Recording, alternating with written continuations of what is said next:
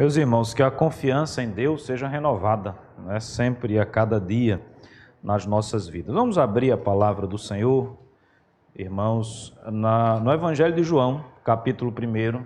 Nós fizemos uma breve introdução no domingo passado. Hoje, de fato, nós vamos começar a expor este Evangelho, este livro bíblico. Nós vamos ler hoje apenas os 5 primeiros versículos.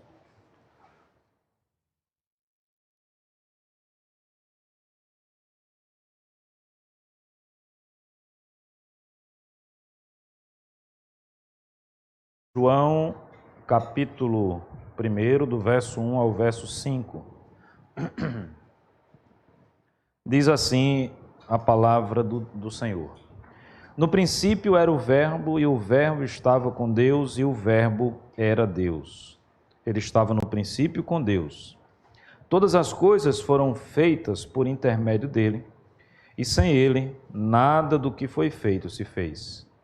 A vida estava nele, e a vida era a luz dos homens.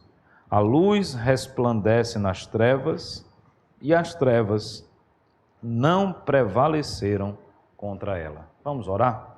Senhor nosso Deus e Pai bendito, diante da Tua palavra lida, nós pedimos nesse instante, humildemente, que Tu possas iluminar o nosso coração. Tu possas falar, através dos meus lábios, as verdades que o Teu povo precisa ouvir nesta manhã. Nos abençoa, Senhor, com a Tua palavra, que é viva, que é eficaz. Essa é a oração que fazemos, no nome do Senhor Jesus. Amém. Amém. Meus amados irmãos, este é um evangelho, é um livro escrito pelo apóstolo João. Eu vou dispensar aqui, nesse momento, um estudo mais aprofundado sobre a autoria. Basta-nos o entendimento de que a maioria esmagadora, quase que unânime, dos eruditos, dos estudiosos, ao longo de quase 2000 anos de existência da igreja, entendem, compreendem e aceitam João, não é, como sendo o autor deste livro. João, filho de Zebedeu, irmão de Tiago, né, foram chamados de filhos do trovão, autor também de 3 cartas, autor também do livro de Apocalipse. Decidirmos uma data para esses livros antigos, irmãos, precisa, exata, o ano tal, sempre é uma tarefa muito difícil. Mas para que a gente tenha assim na nossa mente a contextualização, a ideia, nós vamos ficar aqui e vamos pensar no ano 90, depois de Cristo, obviamente, tá certo? Então, João está na disposição dos livros do Novo Testamento, ele é o 4º evangelho, por ter sido o que foi escrito um pouquinho mais tarde do que os outros. Na realidade, é o que tudo indica, quando João escreveu este evangelho, ele já tinha conhecimento dos outros evangelhos escritos. Na realidade, se nós estudamos e olhamos com mais atenção para a prática, para o costume da igreja lá nos primeiros séculos, a igreja não tinha o costume de fazer uma divisão dos 4 evangelhos, como geralmente nós fazemos, né? Eles olhavam os 4 evangelhos com um olhar uniforme, né? Era como se fosse um evangelho escrito em 4 perspectivas ou em 4 partes, mas um único evangelho. E eu acho que essa é a melhor forma de enxergarmos, de fato, essas descrições. Os evangelhos, eles têm como fator principal, né, apresentar e falar e descrever a pessoa de Cristo. E, meus amados irmãos, se nós somos cristãos, e creio que todos nós somos, para nós são livros caros, importantes, porque são as primeiras narrativas, não é? Obviamente, depois da vinda de Cristo, depois do Verbo que se fez carne e habitou entre nós, que nós possuímos. Agora, interessante que cada um deles vai olhar e ter um olhar e apresentar a vida de Cristo sob uma perspectiva. João, ele é singular dentre os 4, tanto é que ele não está na categoria dos sinóticos, né? Os outros 3 que são tão próximos na sua construção, na sua narrativa. Há vozes que se levantam e se levantaram ao longo da história, sempre tentando achar incongruências, sempre tentando achar diferenças que comprometessem a veracidade desses textos. Mas quando nós olhamos para os evangelhos, na realidade nós encontramos narrativas feitas de 4, pelo menos, perspectivas diferentes que se completam, que se complementam. Elas não são antagônicas, não é? Elas não divergem entre si. Ao contrário, elas com certeza vão convergir, e convergir todas elas para a figura do Senhor Jesus. Só que o Evangelho de João, meus amados irmãos, ele é um dos livros, eu reputo, e outros também, um dos livros mais importantes da Palavra de Deus. Ao longo dos 3 primeiros séculos, veja que observação interessante. Ao longo dos 3 primeiros séculos, um pouquinho mais para frente também, mas fortemente nesses 3 primeiros séculos, a igreja cristã, de um modo geral, e a gente não vai olhar e pensar a igreja cristã nos moldes que a gente tem hoje, né? Ela foi progredindo, ela foi avançando, ela foi crescendo, né? Apesar da perseguição, apesar das lutas. Obviamente que ela se multiplica de uma forma impressionante, só compreendida através do poder do Espírito Santo de Deus, porque tendo o olhar secular, né, tendo o olhar de fora do cristianismo, era mais uma religião dentre centenas de religiões que existiam naquela época. Era uma religião perseguida, não havia liberdade, todas as outras tinham liberdade. O cristianismo nunca teve, nos primeiros séculos, liberdade de expressão, liberdade de pregação. A gente pode lembrar de Atos dos Apóstolos, onde os próprios apóstolos do Senhor Jesus eram impedidos de pregar. Os irmãos lembram daquele episódio onde 2 dos apóstolos do Senhor Jesus estão diante do Sinédrio, levam a pisa, apanham, não é uma sova, como nós costumamos dizer, são ameaçados de morte com uma diretriz muito clara: vocês não podem mais pregar a respeito de ressurreição, vocês não podem mais pregar a respeito de Cristo. Aí vem aquela famosa frase: antes importa obedecer aos homens ou a Deus. Nós não podemos deixar de falar daquilo que vimos e daquilo que ouvimos. Lembra desse episódio? Todos os apóstolos foram martirizados. Todos os apóstolos foram martirizados. A igreja fortemente perseguida. Mas a despeito de toda essa perseguição, ela cresce exponencialmente. E lá no século III, século IV, de fato, ela já configura aí um importante segmento religioso em todo o Império Romano. Mas eu estava dizendo aos irmãos que o Evangelho de João ele é importantíssimo, porque nesses primeiros séculos a grande questão tratada na igreja é uma questão que envolve a Cristo. São as questões cristológicas, os concílios que existiam, os escritos dos primeiros pais, geralmente de forma maciça, vamos dizer assim, eles vão abordar esse tema. E aí o Evangelho de João, meus amados irmãos, é como que uma âncora que dá firmeza a um barco quando açoitado, não é, pelos ventos das heresias mais diversas que existiam.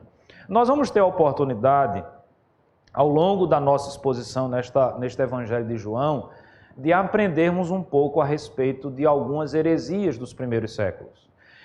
Esse estudo da doutrina, da história da doutrina, do desenvolvimento da doutrina é muito interessante, sabe por quê? Porque às vezes nós nos deparamos com a seguinte situação, sou até engraçado, não era para ser. Uma heresia que foi pregada lá atrás, não é? Primeiro século, segundo século, terceiro século, que foi refutada, que foi considerada heresia. Existem livros, existem tratados, existem decisões conciliares da igreja a respeito daquele pensamento, arianismo, nestorianismo, dentre outros, gnosticismo. Nós não vamos tratar deles agora, não é o nosso objetivo, apenas para exemplificar os irmãos. E esses assuntos eles foram debatidos, a igreja se debruçou sobre isso. uma discussão intestina, não foi uma discussão simples, uma discussão fácil. O que me chama a atenção é que hoje, em pleno século XXI, quase 2000 anos depois, me parece que algumas pessoas ressuscitam ainda esses esqueletos de heresias, sem saber, sem compreender, sem ter uma noção clara de que eles já existiram, qual é a sua origem, de que eles já foram refutados há 2000 anos atrás. Ainda existem segmentos que se autodeclaram cristãos, que seguem determinados pensamentos que foram refutados há 2000 anos atrás, arredondando aqui o tempo. Então, na medida em que formos estudando, nós vamos, de alguma maneira, relatar também o desenvolvimento dessa doutrina. João, meus amados irmãos, ele vai ter a sua importância porque ele é um evangelho que vai apresentar de uma forma muito mais enfática do que os outros três, de uma forma muito mais objetiva do que os outros três, o Senhor Jesus como Deus. Verdadeiro Deus, mas também vai apresentar o Senhor Jesus como homem, verdadeiramente homem. Nós estamos diante, obviamente, de um grande mistério. Todo professor e todo pregador vai ter uma grande dificuldade de esmiuçar uma doutrina como essa, porque ela não cabe dentro da nossa lógica. Ela não cabe dentro da nossa forma de pensar. Mas ao longo do tempo, como eu falei, a igreja ela vai trabalhando essas doutrinas, as fórmulas teológicas vão sendo trabalhadas, os concílios vão dando forma ao pensamento da igreja. Talvez o de Calcedônia tenha sido aquele que elabora uma fórmula mais interessante até os dias de hoje. A própria igreja vai formulando credos, vai formulando confissões. Um dos documentos mais antigos que nós temos é o Credo Apostólico, que trabalha a ideia da Trindade excelsa, não é? Creio em Deus Pai, creio em Jesus Cristo, creio no Espírito Santo. A seção de Cristo no Credo Apostólico vai expressar o que é que a igreja acreditava a respeito de Cristo. Vai tentar responder de uma forma simples, mas de uma forma muito interessante, muito apropriada e eu diria até muito profunda, quem é o Senhor Jesus. E o Evangelho de João, meus amados irmãos, ele vai ser fundamental em todo esse trabalho, porque ele apresenta o Senhor Jesus como sendo Deus. Veja, esse é um ensinamento que era chocante àquela época, no primeiro século. Esse é um ensinamento que continua despertando sérias dificuldades na mente e no coração de muitas pessoas. Quantos entendem, acreditam que Cristo de fato é o próprio Deus? E isso, obviamente, vai fazer toda a diferença na nossa vida cristã, na nossa vida pessoal e na nossa vida cristã. Hoje, por exemplo, nós estamos aqui reunidos e nós adoramos ao Senhor Jesus Cristo. E nós adoramos o Senhor Jesus Cristo porque temos o entendimento, guardamos essa fé no nosso coração, que Ele não foi apenas um personagem histórico, mas Ele é Deus. E como Deus, Ele precisa ser adorado. Ele deve ser adorado. A igreja cristã, ela não apenas olha para Cristo e vê na pessoa de Cristo um homem que revolucionou o seu tempo, um homem que foi bondoso, um homem que mexeu com as estruturas da sociedade, um homem que rompeu com alguns laços, com algumas amarras religiosas. Nós vamos muito além disso. A igreja cristã precisa olhar para Cristo e vê-lo como sendo Deus. Mas obviamente que ele também é homem. Verdadeiramente Deus, verdadeiramente homem. Integralmente Deus, integralmente homem. Essa é uma doutrina, como eu falei, que traz consigo um forte mistério, uma grande dificuldade de entendimento, porque ela não cabe na nossa lógica, tal como a doutrina, por exemplo, da Trindade, já esposada aqui, nesses 5 versos que nós lemos, se não completamente, mas parcialmente. E aí nós olhamos para o Evangelho de João, meus amados irmãos, e somos apresentados a esse Jesus que é Deus. Mas por que Jesus é Deus? E agora eu queria que você olhasse para o texto. Nós vamos nos aprofundar um pouquinho no texto. Nós vamos perceber o texto. Primeiro ponto que eu gostaria de destacar. Nós não vamos seguir necessariamente a ordem dos versos, mas vamos buscar nesses versículos aqui as informações que nós precisamos para sustentar aquilo que nós vamos expor para os irmãos. O Evangelho de João apresenta Cristo como Deus, e aí eu diria primeiro porque apresenta atributos em Jesus que só Deus possui. Então eu diria que Jesus é Deus pelos seus atributos. Entendendo aqui atributos, irmãos, como qualidades inerentes ao ser de Cristo. Vamos acompanhar o texto.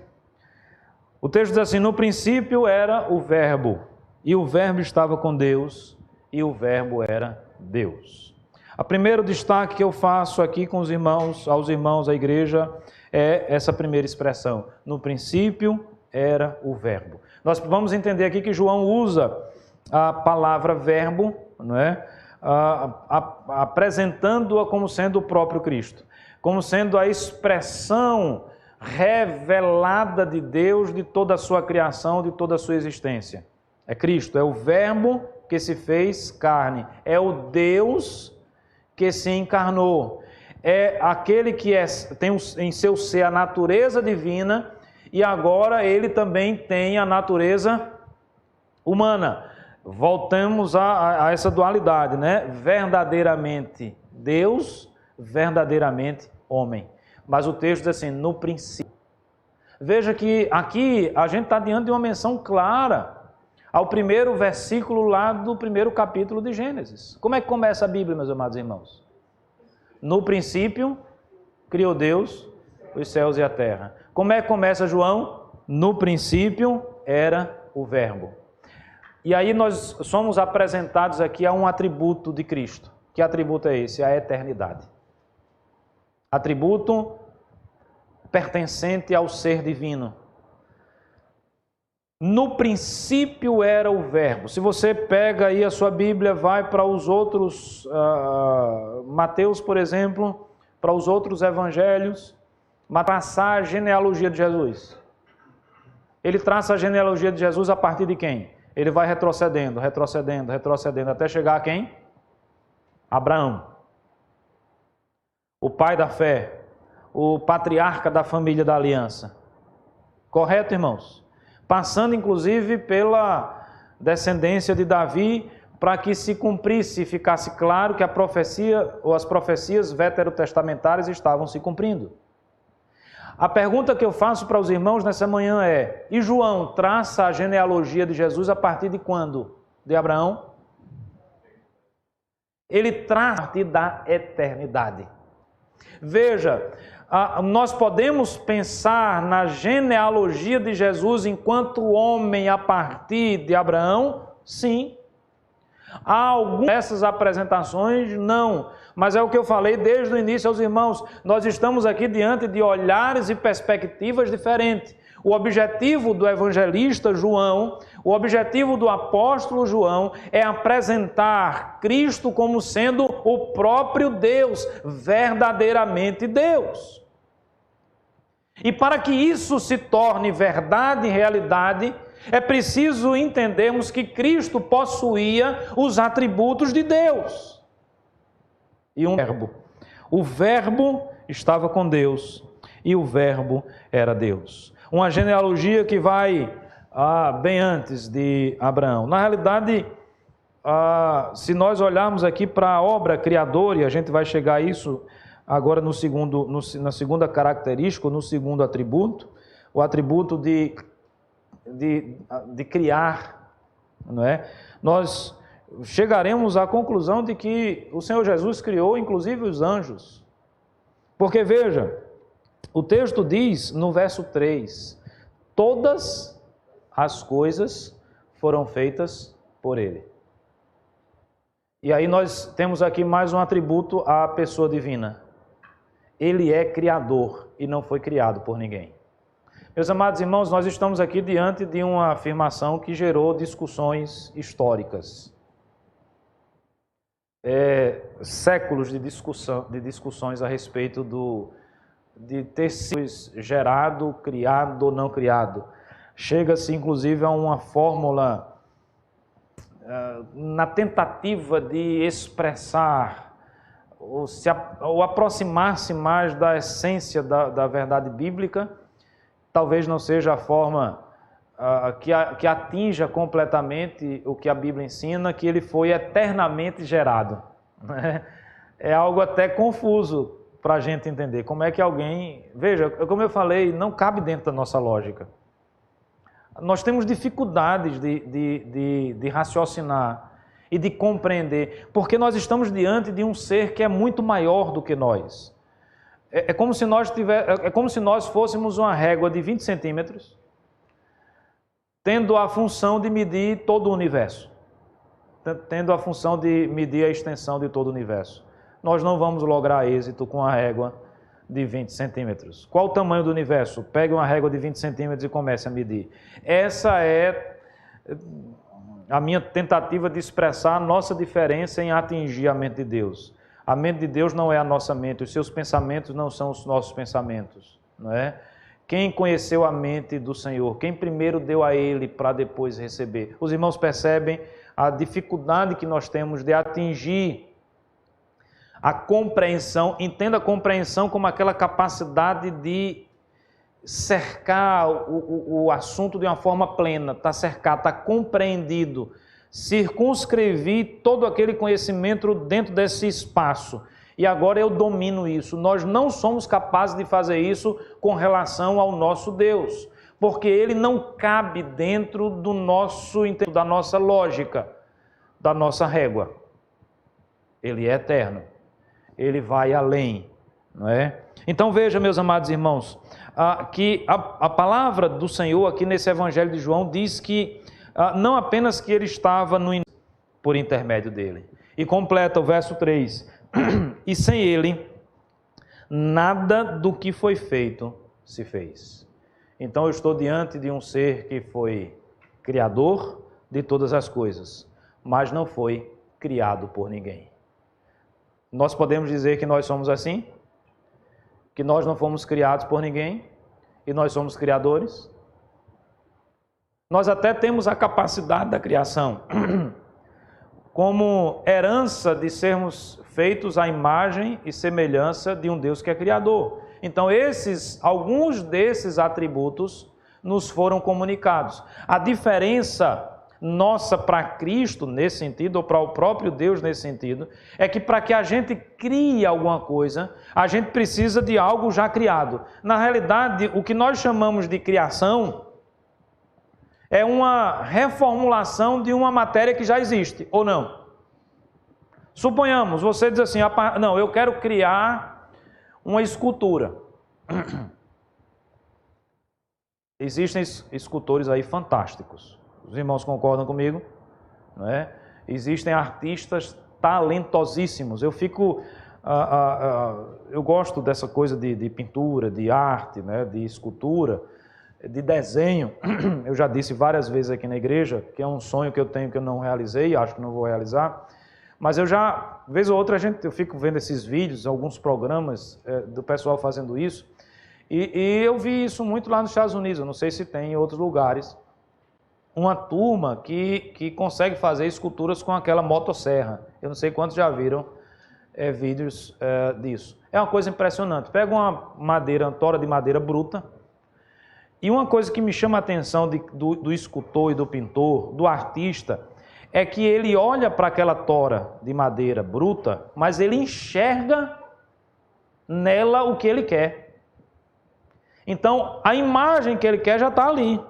Ele vai só manejando, seja, não é, o formão, seja uma serra elétrica mais pesada, mais difícil de manusear, seja a técnica que você quiser implementar, ele vai só, através da sua técnica, dando forma àquela matéria bruta de algo que já está na mente dele. Ele enxerga a coisa antes que a coisa esteja pronta e tem a técnica suficiente para implementar e aplicar aquilo e a forma aparecer.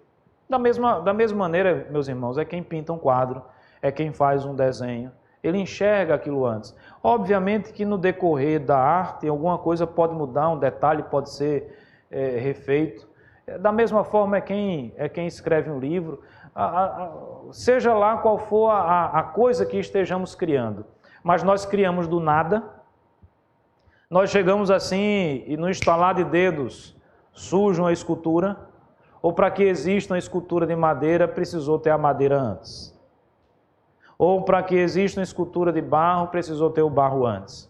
Os irmãos percebem que nós temos a capacidade criativa e podemos criar coisas, mas na realidade talvez a melhor palavra a ser utilizada não seria criar, seria recriar, reformular, refazer, porque nós pegamos algo que já existe e colocamos a forma que nós queremos dar nesse processo criativo. Deus não. Deus cria do nada. Essa é uma outra discussão. Eu não vou estar usando as expressões aqui latinas, gregas a respeito disso, mas quem gosta de estudar depois procura e se aprofunda no tema, na matéria. Mas Deus cria a partir do nada. A partir do nada. Não existia forma, não existia a matéria, e a matéria passa a existir através da mão de um Deus que pode criar, mas Ele pode criar a partir da não existência. Ele faz com que exista algo que não existia antes. Ele não apenas dá uma forma diferente. Os irmãos compreendem? Então veja, quando nós olhamos e falamos de Cristo como Criador, é nessa perspectiva. Por quê? Porque Ele está lá no início de todas as coisas. Ele não é simplesmente um artesão que pega uma matéria bruta e dá uma forma diferente. Não.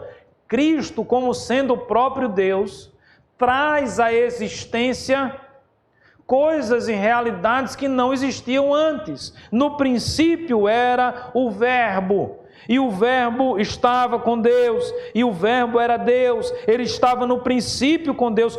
Todas as coisas foram feitas por intermédio dele, e sem ele, nada do que foi feito se fez. Nada do que foi feito se fez. Então nós encontramos aqui na pessoa do Senhor Jesus a palavra criadora de Deus, ou a expressão revelada de Deus na obra da sua criação e de toda a criação. Seja o mundo que nós conhecemos hoje, sejam os anjos, sejam os astros no firmamento celeste, seja qualquer coisa, Cristo é Deus, meus amados irmãos. E o Evangelho de João começa a sua narrativa nos apresentando a esse Cristo que não foi apenas um ser histórico, não se restringe ao Jesus histórico, por exemplo, da teologia da libertação, que restringe ao Senhor Jesus como sendo aquele homem maltrapilho que cuidava de maltrapilhos. O Senhor Jesus até se preocupa, obviamente, com os pobres, com os doentes, e não há nenhuma dificuldade em pensarmos desta forma. O grande problema é quando nós restringimos a pessoa de Cristo apenas a isso.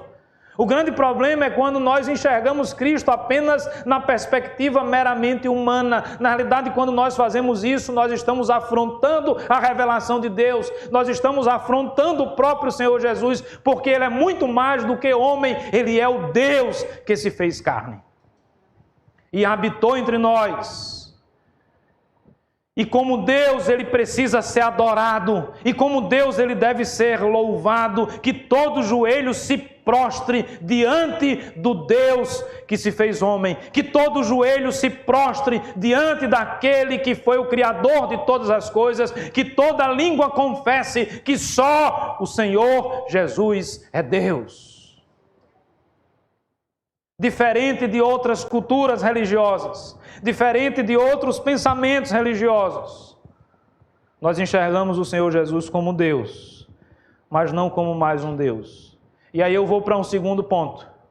Porque o Senhor Jesus é verdadeiramente Deus. Eu falei dos seus atributos, pelo menos 2 eu aqui citei. a eternidade e a capacidade de criar, de trazer à existência o que não existia. Mas uma outra coisa e uma outra expressão me chama a atenção nesse texto de João. Voltemos ao primeiro versículo, quando o texto diz assim: no princípio era o verbo. Aí eu vou pular a parte do meio e vou para a parte final. O texto diz assim: o verbo era Deus. Obviamente que nós já entendemos que o verbo aqui está falando de Cristo. Mas esse aqui é o Deus Pai. Veja, vamos voltar agora para a parte do meio, que diz assim: o verbo estava com Deus. Se eu estou com Deus, eu não sou Deus, mas eu sou Deus.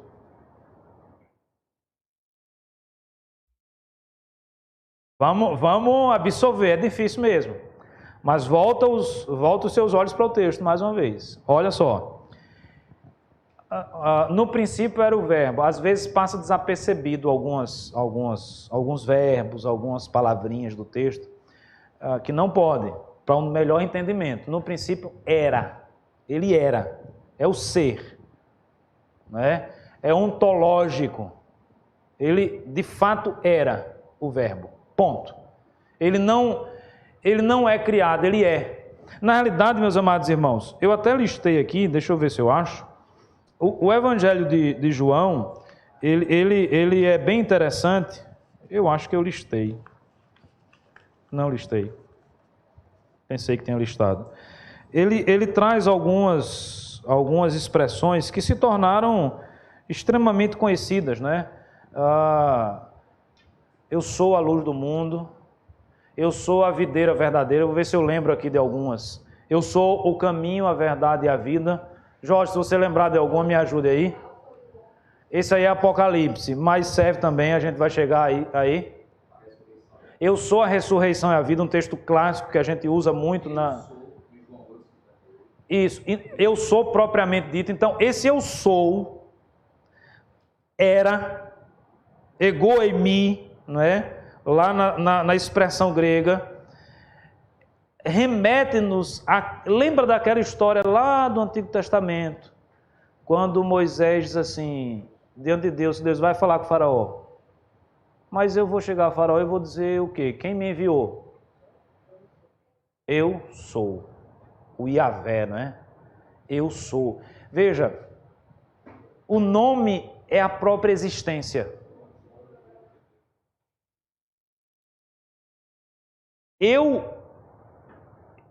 O meu nome é Digleito, mas eu não sou Digleito, no sentido de que, meu Deus, como é difícil explicar essas coisas. No sentido de que eu sou mais do que o nome. Os irmãos compreendem? O meu nome não diz tudo que eu sou. O seu nome diz tudo que você é? Não. O nosso nome, na realidade, é mais uma parte daquilo que nós somos. Principalmente na nossa cultura, que o nome tem valor quase zero, não é? Às vezes eu vejo cristãos colocando o nome dos filhos, assim, nomes que não só não tem nada a ver com a fé cristã, mas quando às vezes até afrontam a fé cristã. Mas esse é outro...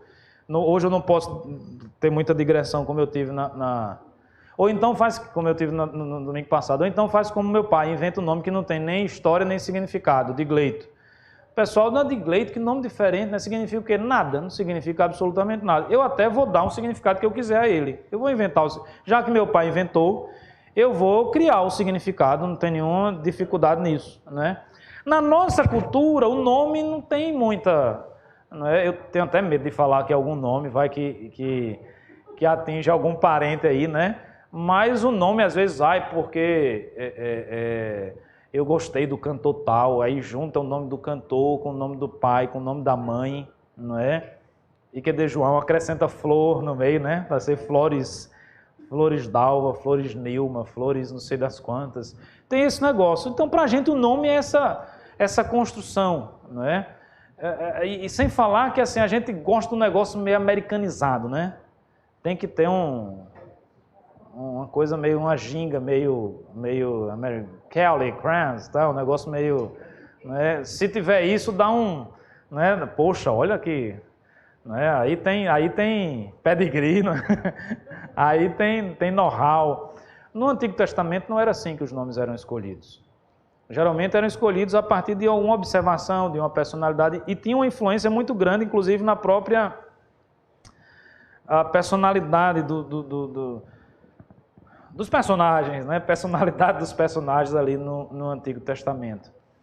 Então, meus amados irmãos, o nome de Deus, nós não temos, obviamente, se perdeu a expressão chamada de tetragrama, são 4 letrazinhas do hebraico, elas não existem mais, até porque quem já estudou hebraico sabe que o hebraico é uma língua que não tem vogal, só tem consoante. Você teria como ler ou expressar o seu nome sem nenhuma vogal, só com consoantes. Depois você faz essa experiência, né? Como é que você pronuncia? Não tem, se eu não tenho vogal. Lá na frente vieram os chamados sinais massoréticos, né? Que são os sinaizinhos colocados abaixo das letras hebraicas, que aí tem um som de A aberto, um A fechado, um E aberto. Aí, quem não é hebreu, quem não é da tradução hebraica, vai conseguir ler o texto. Porque quem não era, quando não existiam os sinais massoréticos, sequer conseguia ler aquele texto, porque não tinha vogal. Na realidade, aí você pergunta, mas pastor, como é que eles sabiam a pronúncia? Tradição oral. Eles sabiam porque passava de pai para filho. Então, quando Deus diz a Moisés, eu sou, houve um som vocálico naquela expressão. Correto? Então, tem uma expressão. Que expressão é essa? Não se sabe. Por quê? O judeu levava muito a sério o mandamento de não usar o nome de Deus em vão. Então, ele não repetia o nome de Deus. E só ele sabia a pronúncia. E não existia vogal. E ao longo do tempo, esse nome se perdeu. Se existe, só algum judeu aí sabe. É herança dessa tradição oral que foi passada de pai para filho. Nós chegamos à fórmula do Iavé. Iavé tem vogais na construção, pegando os sinais massoréticos de Adonai e colocando no tetragrama. Aí sai Iavé, tá certo? O nome Iavé, na realidade, ele não existe. Ou Jeová, né? Ele não existe, ele é uma junção, é uma tentativa de dar uma pronúncia para um nome que não tem pronúncia. Essas 4 letrinhas hebraicas chamadas de tetragrama. Eu não vou lembrar agora, é um iota, um vav e um re, se eu não estiver enganado, e tem uma outra que me foge agora. Me foge. Tem muito tempo que eu estudei isso, estou buscando aqui na minha memória. Então veja, o nome de Deus, a expressão, para nós agora não importa. O que importa é que Ele é, o que Ele era. Eu sou. Veja, vocês não têm noção da afronta que isso era para um judeu. Tanto é que quando Jesus disse eu sou, o que foi que fizeram? Quiseram fazer o que com ele? Apedrejá-lo. Porque se o judeu sequer falava o nome de Deus... Tenta entrar na mente do judeu agora. Vamos lá, nós vamos nos transformar em judeus agora. Né? Todo mundo está rico agora. Vamos nos transformar em judeu. O judeu sequer falava o nome de Deus. Isso era uma afronta ao mandamento, à santidade de Deus e tal. Aí chega um cidadão e diz, não apenas pronuncia, mas diz, eu sou esse Deus. Vamos apedrejar. Blasfêmia. Até hoje Jesus continua sendo apedrejado por aqueles que não entendem que Ele é. Por aqueles que não aceitam que Ele é. Por aqueles que não acreditam que Ele é Deus. E todas as vezes que nós não compreendemos esta verdade, nós reduzimos a Cristo a apenas uma das suas naturezas, a natureza humana. E nós caímos no erro das heresias que já foram combatidas, como eu falei, lá nos primeiros séculos. Porque existiam heresias que não acreditavam na divindade, não é? existiam heresias que não acreditavam na humanidade. Essa sempre foi uma grande dificuldade, juntar as duas naturezas do Redentor. E João apresenta aqui, meus amados irmãos, o Senhor Jesus como sendo o próprio Deus. No princípio, veja, era, mas o texto diz, ele estava com Deus. Como é que nós resolvemos essa situação? Se eu estava com, eu não posso ser aquele que eu estava. Mas o próprio texto diz, e ele era Deus. Qual é a explicação que nós temos para isso? A explicação que nós temos para isso é que o Senhor Jesus, e esse é o segundo ponto, é a segunda pessoa da Trindade excelsa. Então, quem é Jesus? Verdadeiramente Deus. Por quê? Pelos seus atributos. Criar a partir do nada, eternidade, dentre tantos outros atributos que nós vamos estudar ao longo desse evangelho. Mas o segundo ponto, por que Jesus é verdadeiramente Deus? Porque ele é a segunda pessoa da Trindade. O texto explicitamente diz que ele é Deus. Mas o texto também diz que ele estava com Deus. Então ele tem a mesma substância de Deus.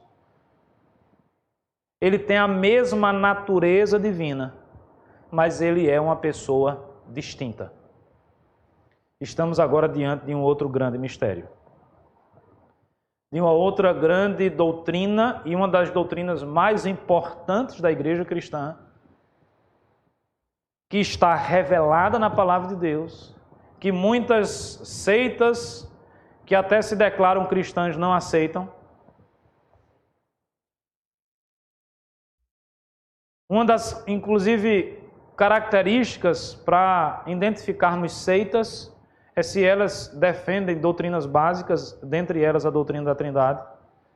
Então você vai pegar, e aqui eu não estou, aqui a ideia não é falar contra ou falar mal, cada um segue a religião que assim desejar, a confissão, o credo que assim desejar.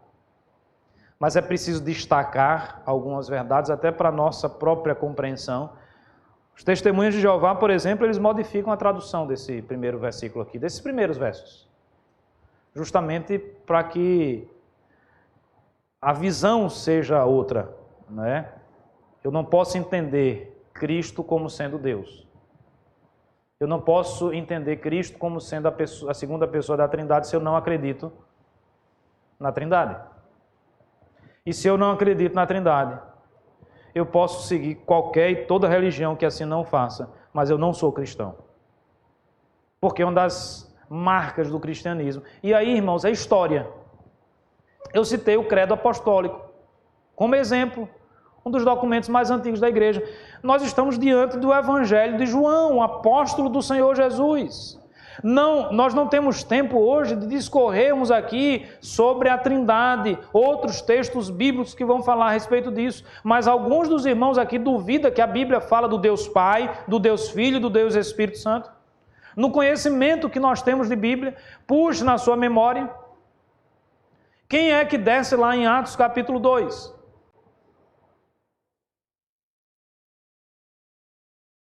Quem é esse que é Deus e está com Deus? Quem é o Deus com quem ele estava? Os irmãos estão acompanhando o raciocínio? Porque o objetivo aqui é que percebamos que a Bíblia apresenta, conquanto não existe na Bíblia a expressão Trindade. Não tem essa palavra. Trindade não está na Bíblia. A palavra não está. A Trindade está. Então veja, eu creio que Jesus é o próprio Deus, pelos seus atributos. Segundo, porque ele é a segunda pessoa da Trindade. Ele estava com Deus. Ele tem a mesma substância, ele tem a mesma natureza, mas ele é uma pessoa distinta. Nós não estamos falando aqui de vários deuses. O cristianismo acredita no único Deus. Nós somos monoteístas, nós não somos politeístas. Não existe um Deus, outro Deus e outro Deus. Nós não somos modalistas. Olha as heresias aí dos primeiros séculos. Os modalistas dizem o seguinte, que na realidade é um só Deus, mas que se apresentou de modos, modalista, de formas ou de modos diferentes. Então, no momento da história, esse Deus se apresentou como Deus Pai. Esse texto, de certa forma, já arrebenta com isso. Por quê? Porque no princípio, o verbo que se fez carne, que está com Deus, que é Deus, mas não é o Deus com quem ele está, enquanto pessoa, ele estava lá atrás. Então eu não posso pensar, o Deus se apresenta como Deus Pai, aí a história vai andando, aí ele se apresentou agora como Deus Filho, Jesus Cristo. Aí a história vai andando, e agora ele apresenta-se como Espírito.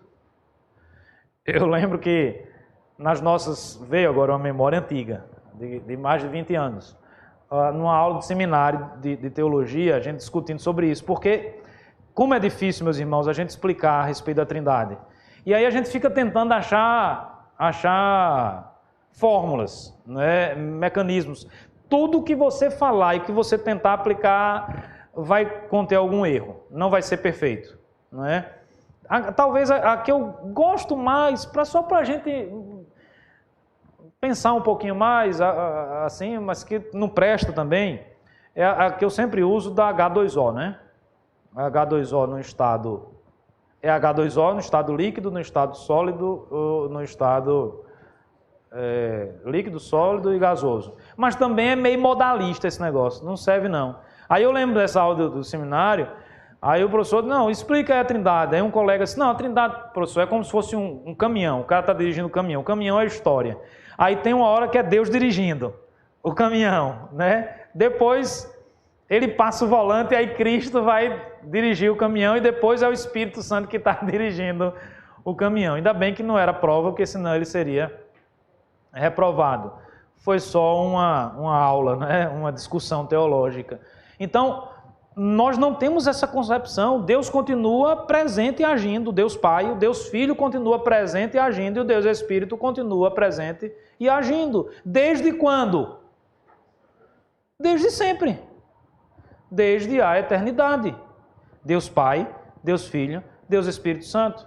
No Velho Testamento o Espírito Santo já existia. No Velho Testamento o Espírito Santo já atuava. No Velho Testamento o Espírito Santo já era responsável para aplicar a salvação no coração dos homens? Acredito que sim. Apesar de que historicamente, aí é um ato histórico, com uma razão histórica, com um simbolismo histórico, com uma perspectiva escatológica, ele é derramado de uma forma mais plena, mais efusiva em Atos. O Senhor Jesus já estava no princípio, o que a gente acabou de ler? Já estava. Então ele se apresenta de modos diferentes? Não. Nós não somos modalistas. Percebem a preciosidade do Evangelho de João? O Evangelho de João, meus amados irmãos, destrói todas essas heresias cristológicas. Obviamente acompanhado de outros textos bíblicos. Mas deixa eu me encaminhar para o final. Eu fecho a minha fala nesta manhã, dizendo que o Senhor Jesus, ele é Deus, porque ele não apenas gera a vida, mas ele é a vida. Ele tem vida em si mesmo. Com isso eu estou querendo dizer, eu estou afirmando que ele é autoexistente. Veja, verso 4, a vida estava nele, e a vida era a luz dos homens. A luz resplandece nas trevas, e as trevas não prevaleceram contra ela. Sobre trevas e luz vai ser o que a gente vai discutir, se Deus permitir, no próximo domingo. Porque o texto vai continuar falando sobre trevas e luz. Eu me restringo aqui a esse verso 4. A vida estava nele. E a vida era a luz dos homens. A vida estava nele. Lá na frente ele vai dizer, eu sou o caminho, a verdade e a vida. Então veja, por que Cristo é Deus? Porque ele é autoexistente. Ele é a própria vida. Por isso que ele gera vida. Não gera vida quem não tem vida. Não cria vida quem não é a própria vida. Os irmãos estão compreendendo? Estão entendendo? O Evangelho de João, ele é muito simples na sua abordagem, mas muito profundo nos seus conceitos. Às vezes a gente precisa parar, pensar, refletir, não é? Ruminar um pouquinho para a gente ir absorvendo as verdades do texto. Mas é uma maravilha, meus amados irmãos, a gente ter um texto como esse nas nossas mãos. Deus se revelando de uma forma tão maravilhosa para nós, capacitando-nos a não termos determinadas dúvidas a respeito de alguns assuntos. Assuntos que são complexos, assuntos que são às vezes até difíceis. Mas eu acredito que Jesus é verdadeiramente Deus, porque Ele é autoexistente, porque Ele é autossuficiente, porque Ele é autônomo, porque Ele não depende de ninguém para viver. Você depende de alguém? Nós dependemos de pessoas. Nós dependemos de pessoas antes da nossa concepção. Não há concepção sem que existam outras pessoas envolvidas, mesmo que seja in vitro. Tem que ter uma célula. Veja bem, é como eu falo, eu não questiono a maravilha da ciência em fazer uma clonagem. É fantástico. É algo fantástico. Na verdade, a gente não deveria nem se surpreender com isso, porque a primeira clonagem foi feita lá no início. Vocês sabem que a primeira pessoa que fez uma clonagem foi o próprio Deus, ou não? Fazer uma clonagem para o padrão de Deus, não é para mim não, Pedro, meu conhecimento aí das ciências, é fácil, para o padrão de Deus é fácil. Por quê? Eu estou gerando a partir de algo que já existe. Eu quero ver fazer do nada. Percebe a diferença entre Deus e os homens? A diferença entre Deus e os homens é essa. Nós precisamos de uma célula viva para produzir, para dar a forma, para fazer a arte, seja ela na ciência ou fora da ciência. Eu preciso de algo que já existe. É a lei de Lavoisier, nada, como é que é? Nada se cria, tudo... Como é que é a lei? Me ajuda aí. Quem sabe da lei? Eu fui falar na lei e não lembro da lei. É brincadeira. Passando vergonha ao vivo na televisão. Eu acho que nada se cria, tudo se recria, alguma coisa assim. Tudo se transforma, não é? Porque justamente você vai transformar o quê? Dar uma nova forma. Eu tenho uma matéria bruta e vou dando uma nova forma. Deus, quando nós falamos de um Deus criador, quando nós falamos da vida em Cristo, não é nessa perspectiva. Nós, e é isso que eu estava falando, dependemos em todo o processo da nossa existência. Desde a fecundação, à gestação, não é? Ao nascimento, à criação. Nasceu lá um ser, novinho. Como a gente diz aqui no Nordeste, né? Um bruguelo. Nasceu lá, pequenininho, o Jonas, né? Bem pequenininho. Pronto, deixa o Jonas se virar. Deixa o menino se virar. Ele agora se cria. Ele agora não depende mais de ninguém. É assim que a coisa funciona? Muito bem, nada se cria e nada se perde, tudo se transforma, certo? Então veja, o ser humano precisa de assistência sempre. Irmãos, eu já disse várias vezes aqui na igreja, uma das grandes tolices que passa na mente do ser humano é a busca pela autonomia. Não existe nada mais tolo do que isso.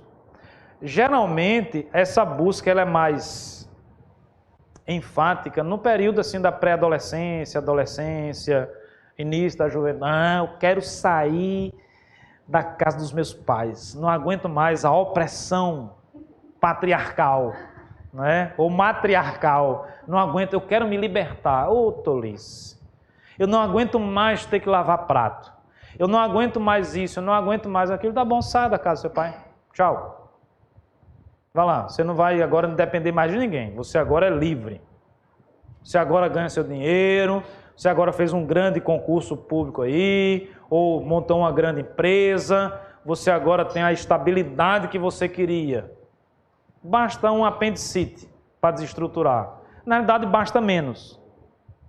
basta uma dor de barriga. É porque eu não quero desenvolver o tema. Mas uma dor de barriga já é suficiente para desestabilizar o autônomo, o independente, que agora vai sonhar rapidamente por um banheiro. Não tenha não um banheiro para você ver o que é que vai acontecer, não é? Que tolice, nós somos dependentes e vamos ser dependentes a vida toda, Nós não somos autossuficientes. Nós não somos autônomos. Não, a partir de hoje eu faço as minhas leis. Tá bom. Então decreta aí, a partir de hoje eu não preciso mais do ar para respirar. Decrete, você não é o rei? Você não é Deus? Você não é autônomo? Faça o decreto. Agora combine com quem pode mais. Porque o problema é esse. A partir de hoje eu não respiro mais não. É o meu decreto, o reizinho da casa. Decreto. Porque decretar, a partir de hoje eu não arrumo mais o quarto, irmãos, esse decreto é fácil demais. Na realidade, a gente já faz isso sem decreto. Não precisa de decreto para isso. Vamos mexer com coisa mais séria para ver os nossos limites? Para ver se realmente nós somos independentes? Se realmente nós somos autossuficientes? Veja, o Senhor Jesus se basta. Ele é e ponto final. Ele é autossuficiente. Ele não depende de ninguém. A vida está nele. Ele é a própria vida. Por isso que ele gera vida. Por isso que essa vida é a luz dos homens. Por isso que essa vida dissipa as trevas, ou essa luz dissipa as trevas. Isso é um assunto mais para frente. Mas para deixar claro, nós não somos assim. Nós dependemos. Nós não somos autossuficientes. Nós não somos autônomos. Existem leis, quer gostemos, quer não, que precisamos seguir e sempre precisaremos seguir até o último dia da nossa existência. É por isso que eu compreendo perfeitamente quando Santo Agostinho diz assim que não é exatamente essa fala, mas a ideia vai estar contida aqui na minha fala. Quanto mais escravo de Deus ele era, mais livre ele era. Difícil colocar isso na cabeça de um pré-adolescente, de um jovem que está doido achando numa vã filosofia que vai ser livre. Não é? Quando não vai ser livre? E quando chegar a velhice? E quando você não conseguir mais andar direito? Você vai precisar de alguém? E quando você não tiver 100% mais de controle do seu corpo, você vai precisar de alguém? Percebe que às vezes a nossa dificuldade passa por isso? Porque tantas e tantas pessoas têm dificuldade com a velhice. Porque não aceitam que dependem, não querem depender. Mas eu pergunto, desde quando você não dependeu? Você pensava que não dependia? Nós somos iludidos achando que nós não dependemos de outras pessoas, dependemos. A humanidade é uma interação de mentes, de pessoas, de ações, um precisando do outro. Vive bem quem compreende isso. Vive bem quem aprende a se relacionar com as pessoas. Interessante que parece que as empresas demoraram tanto para perceber isso, né? Essa inteligência emocional, essa inteligência relacional, né? Essa convivência. Você pode ser o maior teórico do mundo. Você pode conhecer toda a teoria no seu campo de conhecimento. Se você não sabe relacionar-se com ninguém, dificilmente você vai ter sucesso profissional na sua vida. Você vai ser um fracassado. Porque existem questões que são fundamentais. Uma delas é essa. E aí, isso, meus irmãos, está na nossa origem, no DNA da nossa própria criação. Nós somos seres que se relacionam. Na realidade, o próprio Deus se relaciona consigo mesmo, através da Trindade excelsa. A diferença dele para nós é que ele se basta, ele é autossuficiente. A vida está nele. A vida está em nós enquanto Deus permite que ela esteja em nós. Quando ele tira a vida de nós, deixamos de viver. Porque a vida nos foi dada vindo de quem? Quem foi que soprou o rua, né, o espírito, a alma, naquele boneco de barro que tinha sido feito? No Adão, né? no Adão, no Adamar, não é? Quem foi que soprou? O Espírito de Deus. Deus, ele deu o que ele tinha, a vida. Ele é a vida. Nele está a vida. E ele dá essa vida. E existe vida porque Cristo nos dá vida. Por isso, ele é o caminho, a verdade e a vida. Que Deus nos abençoe. Amém.